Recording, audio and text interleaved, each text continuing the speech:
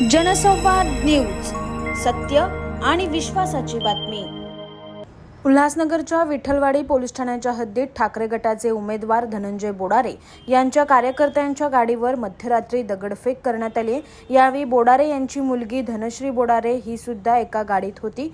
रात्री उशिरापर्यंत या प्रकरणी गुन्हा दाखल करण्याची प्रक्रिया सुरू होती। बोडारे यांची मुलगी आणि काही महिला तसेच कार्यकर्ते 2 गाड्यांमधून कॅम्प क्रमांक 4 येथील ओटी सेक्शन येथून जात होत्या।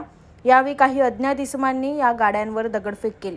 या घटनेत एका गाडीचे नुकसान झाले असून या घटनेमुळे कल्याणपूर्व मतदारसंघात राजकीय वातावरण तापले आहे।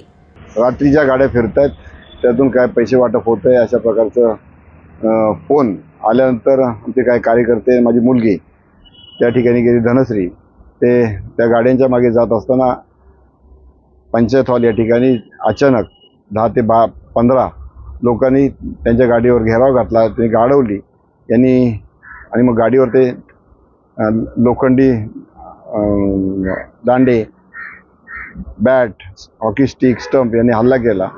तिथून हे गाडी फिरवली आणि तिथून निघत असताना त्यांनी मागून दगड टाकला। एक मुलाला थोडासा लागला सुद्धा। जर तिथून वेळीच निघाले नसते तर कदाचित त्यांचा जीव सुद्धा गेला असता। त्याची तक्रार पोलीस स्टेशनमध्ये देण्यासाठी आलो असता। फक्त एकच नाव त्यांनी घेतलेले, बाकी अमोल सावंत, हैदर नाव देऊन सुद्धा पोलिसांनी घेतली नाही दखल।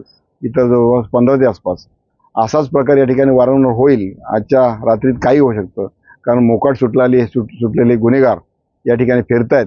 पोलीस सर्वसामान्य लोकांना नोटीस देत आहेत, त्यांच्यावर कारवाई करतायत, पण गुन्हेगारांना मोकाट सोडतायत। आज आणि उद्या रात्रीमध्ये या ठिकाणी काही अशा प्रकारची गुन्हेगार प्रवृत्ती मोकाट सुटल्यामुळे काही होऊ शकतं।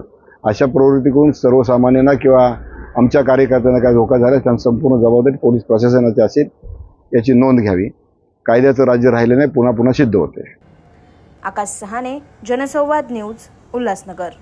जनसंवाद न्यूज, सत्य आणि विश्वासाची बातमी। आजच सबस्क्राइब करून बेल आयकॉनला क्लिक करा आणि पहा ताज्या घडामोडींचा अचूक अंदाज आपल्या मोबाईलवर।